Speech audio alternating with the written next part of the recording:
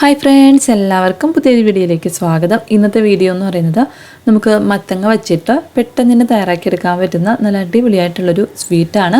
അപ്പോൾ ഇതെങ്ങനെയാണ് തയ്യാറാക്കിയെടുക്കുന്നതെന്നൊന്ന് നോക്കാം. അപ്പോൾ അതിനായിട്ട് ഞാൻ ഒരു 250 ഗ്രാമോളം പംകിൻ തൊലിയൊക്കെ ഒന്ന് കളഞ്ഞ് ഇതുപോലെ ചെറിയ കഷ്ണങ്ങളാക്കി ഒന്ന് മുറിച്ചെടുത്തിട്ടുണ്ട്. ഇത് നമുക്കൊന്ന് വേവിച്ചെടുക്കണം. അതിനായിട്ടൊരു പാനിലേക്ക് ഒന്ന് ഇട്ടതിന് ശേഷം ഇതിലേക്ക് പംകിൻ വേവാൻ ആവശ്യമായിട്ടുള്ള വെള്ളം കൂടി ഒന്ന് ഒഴിച്ച് അടച്ചു വെച്ചൊന്ന് വേവിച്ച് എടുക്കാം.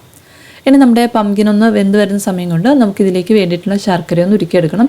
അപ്പോൾ ഞാൻ ഒരു 100 ഗ്രാം അളവിൽ ശർക്കര എടുത്തിട്ടുണ്ട്. അത് നമുക്കൊരു പാത്രത്തിലേക്ക് ഇട്ടതിന് ശേഷം 1/2 കപ്പ് അളവിൽ വെള്ളം കൂടി ഒന്ന് ഒഴിച്ച് ശർക്കര നല്ലതുപോലെ ഒന്ന് ഉരുക്കിയെടുക്കാം. ഇപ്പോൾ ശർക്കരയൊക്കെ നന്നായിട്ടൊന്ന് ഉരുക്കി വന്നിട്ടുണ്ട്. ഇനി നമുക്കിതൊന്ന് മാറ്റി വെച്ചതിന് ശേഷം നമ്മുടെ പംകിൻ നന്നായിട്ടൊന്ന് വെന്ത് വന്നിട്ടുണ്ട്. നമുക്കിതിന് നന്നായിട്ടൊന്ന് ഉടച്ചെടുക്കാം. നമുക്ക് എത്രത്തോളം നല്ലതുപോലെ ഉടച്ചെടുക്കാൻ പറ്റുമോ അത്രയും നന്നായിട്ട് തന്നെ നമുക്ക് പംകിൻ ഒന്ന് ഉടച്ചെടുക്കാം. ഇപ്പോൾ ഞാൻ പംകിൻ ഈ ഒരു പരുവത്തിലൊന്ന് ഉടച്ചെടുത്തിട്ടുണ്ട്. നമ്മൾ പംകിൻ ഉടച്ചെടുക്കുന്ന സമയം കൊണ്ട് തന്നെ അത്യാവശ്യം നല്ലതുപോലെ ഒന്ന് വറ്റി വന്നിട്ടുണ്ട്. ഇനി നമുക്കിതിലേക്ക് നമ്മൾ ഉരുക്കി വെച്ചിട്ടുള്ള ശർക്കരയൊന്ന് ഒഴിച്ചു കൊടുക്കാം. ശർക്കര ചേർത്തതിന് ശേഷം പംകിനും ശർക്കരയൊക്കെ നല്ലതുപോലെ ഒന്ന് മിക്സായി നന്നായിട്ടൊന്ന് തിളച്ച് വരുന്നവരേക്കും ഒന്ന് മിക്സ് ചെയ്ത് എടുക്കാം. ഇപ്പോൾ നമ്മുടെ ശർക്കര പാനിയൊക്കെ നന്നായിട്ടൊന്ന് തിളച്ച് തുടങ്ങിയിട്ടുണ്ട്. ഇതിന് കുറച്ചുകൂടി ഒന്ന് കുറുകി വരണം. അതുവരേക്കും ഒന്ന് തിളപ്പിച്ചെടുക്കാം.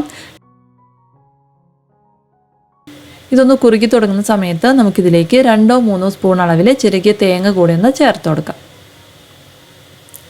തേങ്ങ കൂടെ ചേർത്ത് നന്നായിട്ടൊന്ന് മിക്സ് ചെയ്തെടുക്കാം. അത്യാവശ്യം നല്ലതുപോലെ ഒന്ന് കുറുകി വരുന്ന സമയത്ത് ഇതിലേക്ക് 2 ഏലക്ക ചതച്ചതും കൂടെ ഒന്ന് ചേർത്ത് നല്ലതുപോലെ ഒന്ന് മിക്സ് ചെയ്ത് കൊടുത്തു കഴിഞ്ഞാൽ നല്ല അടിപൊളിയായിട്ടുള്ള പംകിൻ സ്വീറ്റ് റെഡിയായി കഴിയും.